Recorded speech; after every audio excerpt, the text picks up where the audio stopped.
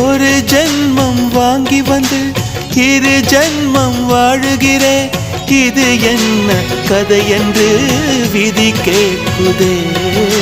மாயமா என் கண்ணீர் மாறுமா? எங்கேயோ தொலைந்த விதை இங்கே வந்து பூத்ததென முல்லைப்பூ என்றிருந்தேன். முள்ளோடு பாய்ந்ததென்ன நானோட நினைக்க நிழல் என்னை தூரத்த உயிர் தியக்கும் பயணம் என்ற திருப்பத்தில் முடிவது ஓய்ந்தது. என் கால்கள் ஓய்ந்தது, தீர்ந்தது, கண்ணீரும் தீர்ந்தது.